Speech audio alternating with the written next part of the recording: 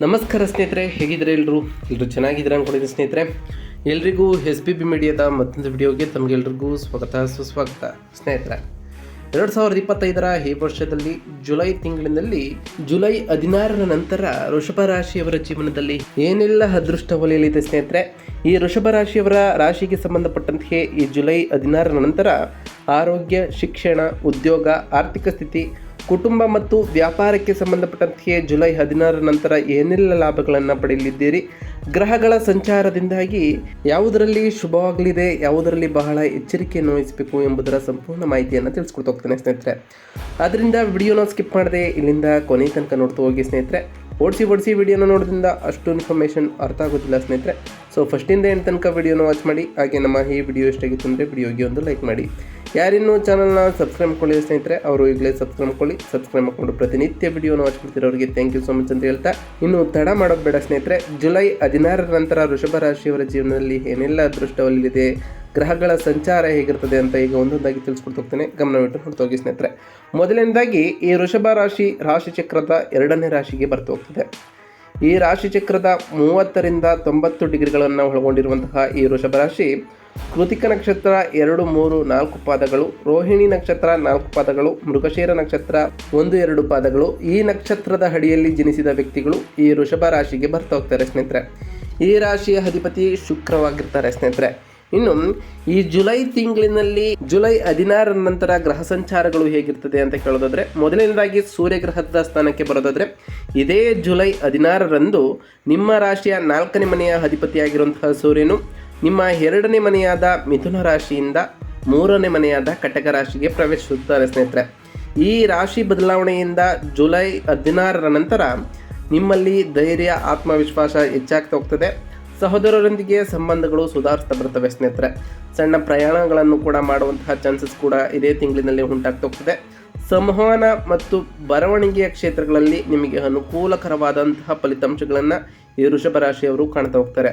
ಇನ್ನು ತಾಯಿಯೊಂದಿಗೆ ಪ್ರಯಾಣಿಸುವಂತಹ ಅವಕಾಶಗಳು ಕೂಡ ಇದೇ ತಿಂಗಳಿನಲ್ಲಿ ಸಿಗ್ತಾ ಹೋಗ್ತದೆ. ಅದರಿಂದ ಈ ಟೈಮ್ನಲ್ಲಿ ನಿಮಗೆ ಈ ಸೂರ್ಯನ ರಾಶಿ ಬದಲಾವಣೆಯಿಂದಾಗಿ ಉತ್ತಮವಾದ ಫಲಿತಾಂಶಗಳು ಕಾಣಕ್ಕೆ ಸಿಗ್ತಾ ಹೋಗ್ತದೆ ಸ್ನೇಹಿತರೆ. ಇನ್ನು ಬುಧ ಗ್ರಹದ ಸ್ಥಾನದ ವಿಷಯಕ್ಕೆ ಬರೋದಾದರೆ, ನಿಮ್ಮ 2ನೇ ಮತ್ತು 5ನೇ ಮನೆಯ ಅಧಿಪತಿಯಾಗಿ ಬುಧನು ಇದ್ದಾನೆ ಸ್ನೇಹಿತರೆ.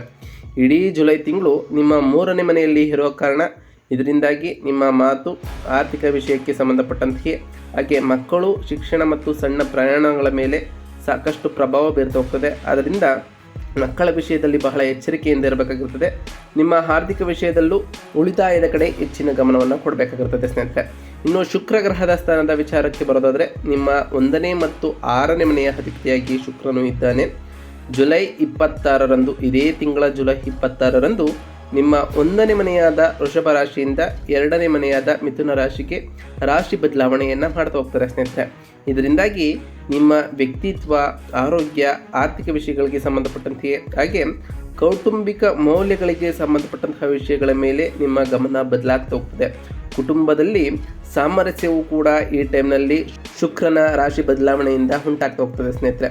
ಒಟ್ಟಾರೆಯಾಗಿ ಶುಕ್ರನ ಈ ರಾಶಿ ಬದಲಾವಣೆಯಿಂದಾಗಿ ನಿಮ್ಮ ಆರ್ಥಿಕ ಸ್ಥಿತಿಯು ಕೂಡ ವೃದ್ಧಿಯಾಗ್ತಾ ಹೋಗ್ತದೆ.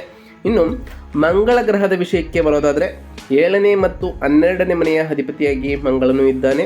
ಈ ಜುಲೈ ತಿಂಗಳು ಕೊನೆಯ ವಾರದಂದು ಅಂದರೆ ಜುಲೈ 28ರಂದು ನಿಮ್ಮ 4ನೇ ಮನೆಯಾದ ಸಿಂಹ ರಾಶಿಯಿಂದ 5ನೇ ಮನೆಯಾದ ಕನ್ಯಾ ರಾಶಿಗೆ ರಾಶಿ ಬದಲಾವಣೆಯನ್ನು ಮಾಡ್ತಾ ಹೋಗ್ತಾರೆ ಸ್ನೇಹಿತರೆ. ಇದರಿಂದಾಗಿ ನೀವು ಪಾಲುದಾರಿಕೆಯನ್ನು ಮಾಡಬೇಕು ಅಂದ್ಕೊಂಡಿದ್ರೆ, ಹಾಗೆ ಸೃಜನಶೀಲತೆ, ಮಕ್ಕಳು ಮತ್ತು ಪ್ರೇಮ ವ್ಯವಹಾರಗಳ ಮೇಲೆ ಸಾಕಷ್ಟು ಗಮನ ಹರಿಸಬೇಕಾಗಿರ್ತದೆ. ಎಚ್ಚರಿಕೆಯಿಂದ ಕೂಡ ಇರಬೇಕಾಗಿರ್ತದೆ ಸ್ನೇಹಿತರೆ.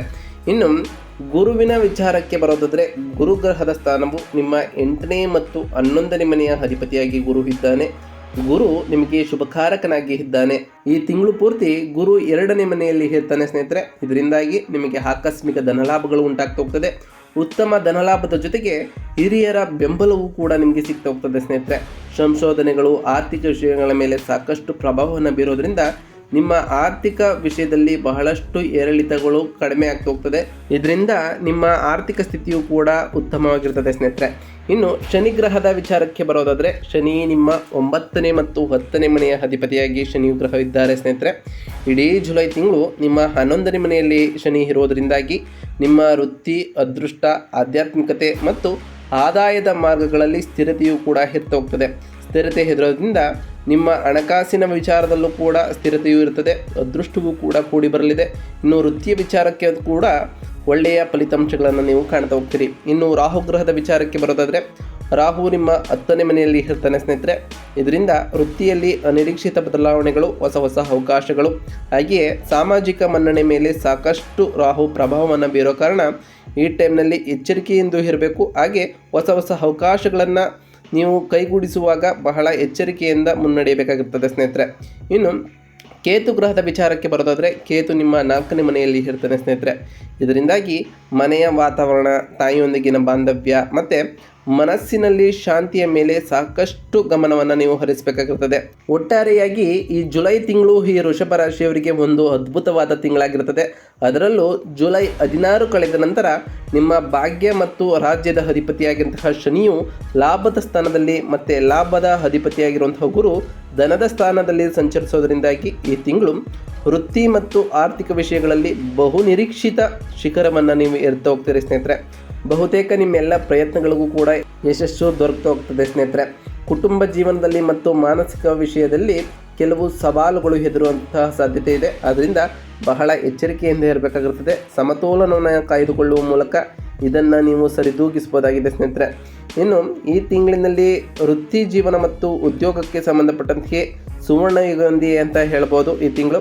ಅದರಲ್ಲೂ ಜುಲೈ 16 ನಂತರ ಸೂರ್ಯನು ರಾಶಿ ಬದಲಾವಣೆಯನ್ನು ಮಾಡೋದರಿಂದ ನಿಮ್ಮ 9ನೇ ಮತ್ತು 10ನೇ ಮನೆಯ ಅಧಿಪತಿ ನಿಮ್ಮ ರಾಶಿಗೆ ಯೋಗಕಾರಕನಾದಂತಹ ಶನಿ 11ನೇ ಮನೆಯಲ್ಲಿ ಇರೋದರಿಂದ, ಅಂದರೆ ಲಾಭದ ಸ್ಥಾನದಲ್ಲಿ ಇರೋದರಿಂದ ನಿಮ್ಮ ಕಠಿಣ ಪರಿಶ್ರಮಕ್ಕೆ ತಕ್ಕಂತಹ ಪ್ರಶಂಸೆಗಳು, ಮನ್ನಣೆಗಳು ಕೂಡ ದೊರಕ್ತಾ ಹೋಗ್ತದೆ.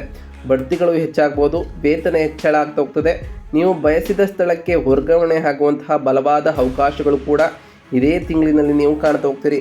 ಇದರ ಜೊತೆಗೆ 10ನೇ ಮನೆಯಲ್ಲಿ ರಾಹುವಿನ ಸಂಚಾರ ಆಗೋದರಿಂದ ನಿಮಗೆ ಆಕಸ್ಮಿಕವಾಗಿ ಹೊಸ ಹೊಸ ಅವಕಾಶಗಳು ಕೂಡಿ ಬರಲಿದೆ. ಉನ್ನತ ಪದವಿಗಳನ್ನು ಕೂಡ ನೀಡ್ತಾ ಹೋಗ್ತದೆ. ನಿಮ್ಮ ಪ್ರತಿಷ್ಠೆ ಮತ್ತು ಸಾಮಾಜಿಕ ಗೌರವ ಜನರ ಮುಂದೆ ಹೆಚ್ಚಾಗ್ತಾ ಹೋಗ್ತದೆ ಸ್ನೇಹಿತರೆ. ಇನ್ನು ರಾಹುವಿನ ಪ್ರಭಾವದಿಂದಾಗಿ ಕಚೇರಿಯಲ್ಲಿ ಸ್ವಲ್ಪ ರಾಜಕೀಯ ವಾತಾವರಣವು ಉಂಟಾಗ್ಬೋದು. ಮೇಲಾಧಿಕಾರಿಗಳು ಅಥವಾ ಸಹೋದ್ಯೋಗಿಗಳೊಂದಿಗೆ ಅನಗತ್ಯವಾದ ವಾದಗಳನ್ನು ಮಾಡಬೇಡಿ ಸ್ನೇಹಿತರೆ. ನಿಮ್ಮ ಕೆಲಸದ ಮೇಲೆ ನೀವು ಮಾತ್ರ ಗಮನವನ್ನು ಹರಿಸುವುದು ಉತ್ತಮವಾಗಿರ್ತದೆ. ಇನ್ನು ಹಣಕಾಸಿನ ವಿಚಾರಕ್ಕೆ ಬರೋದರೆ, ಜುಲೈ 16 ನಂತರ ಅನುಕೂಲಕರವಾದ ಸಮಯವಾಗ್ತದೆ ಸ್ನೇಹಿತರೆ. ನಿಮಗೆ 11ನೇ ಮನೆಯ ಅಧಿಪತಿಯಾಗಿರುವಂತಹ ಗುರು 2ನೇ ಮನೆಯಲ್ಲಿ, ಅಂದರೆ ಧನದ ಮನೆಯಲ್ಲಿ ಇರೋದರಿಂದ ಒಂದು ಅದ್ಭುತವಾದ ಯೋಗವೂ ಕೂಡ ನಿರ್ಮಾಣವಾಗ್ತದೆ. ಇದರಿಂದಾಗಿ ನಿಮ್ಮ ಅಕೌಂಟ್ ಬ್ಯಾಲೆನ್ಸ್ ಕೂಡ ಇಂಪ್ರೂವ್ ಆಗ್ತಾ ಹೋಗ್ತದೆ. ಕುಟುಂಬದ ಮೂಲಕ ಅಥವಾ ಪಿತ್ರಾರ್ಜಿತ ಆಸ್ತಿಯಿಂದ ಆಕಸ್ಮಿಕ ಧನಲಾಭವು ಉಂಟಾಗುವಂತಹ ಸೂಚನೆಗಳು ನಮ್ಮಲ್ಲಿಗೆ ಕಂಡು ಬರ್ತಾ ಹೋಗ್ತದೆ ಸ್ನೇಹಿತರೆ. ಬಹು ಆದಾಯದ ಮಾರ್ಗಗಳು ಕೂಡ ಕೂಡಿರಲಿದೆ. ನೀವು ಹಿಂದೆ ಮಾಡಿದ ಹೂಡಿಕೆಗಳು ಉತ್ತಮವಾದ ಲಾಭವನ್ನು ತಂದುಕೊಡ್ತಾ ಹೋಗ್ತದೆ ಸ್ನೇಹಿತರೆ. ಅದರಲ್ಲೂ ಜುಲೈ 26 ನಂತರ ನಿಮ್ಮ ರಾಶಿ ಅಧಿಪತಿಯಾದ ಶುಕ್ರನು ಕೂಡ ಧನಸ್ಥಾನಕ್ಕೆ ಪ್ರವೇಶವನ್ನು ಮಾಡೋದರಿಂದ ಆರ್ಥಿಕ ಪರಿಸ್ಥಿತಿ ಇನ್ನಷ್ಟು ಸುಧಾರಿಸ್ತಾ ಹೋಗ್ತದೆ. ಈ ಸಮಯವನ್ನು ಸದುಪಯೋಗಪಡಿಸಿಕೊಂಡು ಉತ್ತಮವಾಗಿ ನೀವು ಜೀವನವನ್ನು ನಡೆಸಬಹುದಾಗಿದೆ. ಹಾಗೆ ಈ ಟೈಮ್ನಲ್ಲಿ ಉಳಿತಾಯ ಮಾಡುವುದು ನಿಮಗೆ ಶ್ರೇಯಸ್ಕರವಾಗಿರುತ್ತದೆ ಸ್ನೇಹಿತರೆ. ಇನ್ನು ಕುಟುಂಬ ಮತ್ತು ಸಂಬಂಧಗಳ ವಿಚಾರಕ್ಕೆ ಬರೋದಾದರೆ, ಈ ಟೈಮ್ನಲ್ಲಿ ಕೆಲವು ಏರಿಳಿತಗಳನ್ನು ನೀವು ಗಮನಿಸಬಹುದಾಗಿದೆ ಸ್ನೇಹಿತರೆ. ನಿಮ್ಮ 4ನೇ ಮನೆಯಲ್ಲಿ ಕೇತುವಿನ ಸಂಚಾರ ಆಗೋದ್ರಿಂದ ಮನೆಯಲ್ಲಿದ್ದರೂ ಒಂದು ರೀತಿಯ ಹೊಂಟಿತನ ನಿಮಗೆ ಕಾಡ್ತಾ ಹೋಗ್ತದೆ. ಮಾನಸಿಕ ಅಶಾಂತಿಯು ಕೂಡ ಉಂಟಾಗ್ತಾ ಹೋಗ್ತದೆ ಸ್ನೇಹಿತರೆ. ತಾಯಿಯೊಂದಿಗಿನ ಸಂಬಂಧಗಳಲ್ಲಿ ಅಥವಾ ಅವರ ಆರೋಗ್ಯದ ವಿಷಯದಲ್ಲಿ ಬಹಳ ಜಾಗರೂಕರಾಗಿ ಇರಬೇಕಾಗಿರುತ್ತದೆ. ಇದರಲ್ಲಿ ನಿಮಗೆ ಎಚ್ಚರಿಕೆ ಅಗತ್ಯವಾಗಿರುತ್ತದೆ ಸ್ನೇಹಿತರೆ. ತಿಂಗಳ ಮೊದಲಾರ್ಧದಲ್ಲಿ ಮಂಗಳನ ಪ್ರಭಾವದಿಂದ ಮನೆಯಲ್ಲಿ ಸಣ್ಣ ಪುಟ್ಟ ವಾದಗಳು, ಭಿನ್ನಾಭಿಪ್ರಾಯಗಳು ಬರ್ಬೋದು ಸ್ನೇಹಿತರೆ. ಅದರಲ್ಲೂ ಜುಲೈ 16ರಂದು ನಿಮ್ಮ 4ನೇ ಮನೆಯ ಅಧಿಪತಿ ಸೂರ್ಯನು ನಿಮ್ಮ 3ನೇ ಮನೆಗೆ ಪ್ರವೇಶವನ್ನು ಮಾಡೋದರಿಂದ ನೀವು ಗೃಹ ಸಂಬಂಧಿತ ವಿಷಯಗಳಲ್ಲಿ ಹೆಚ್ಚು ಧೈರ್ಯ ಮತ್ತು ಮುಂದಾಳತ್ವವನ್ನು ತೋರಿಸ್ತಾ ಹೋಗ್ತೀರಿ. ಇದರಿಂದ ನಿಮ್ಮ ಜೀವನ ಸಾಥಿಯೊಂದಿಗೆ ಸಂಬಂಧವೂ ಕೂಡ ಚೆನ್ನಾಗಿರ್ತದೆ ಸ್ನೇಹಿತರೆ. ಆರೋಗ್ಯದ ಮೇಲೆ ಸ್ವಲ್ಪ ಗಮನ ಹರಿಸುವುದು ಬಹಳ ಉತ್ತಮವಾಗಿರ್ತದೆ. ಇನ್ನು ಆರೋಗ್ಯದ ವಿಷಯಕ್ಕೆ ಬರೋದಾದರೆ, ಆರೋಗ್ಯವು ಕೂಡ ಬಹಳ ಸಾಮಾನ್ಯವಾಗಿರುತ್ತದೆ ಸ್ನೇಹಿತರೆ. ದೊಡ್ಡ ಸಮಸ್ಯೆಗಳು ಕೂಡ ನಿಮಗೆ ಕಾಣಿಸಲ್ಲ ಸ್ನೇಹಿತರೆ.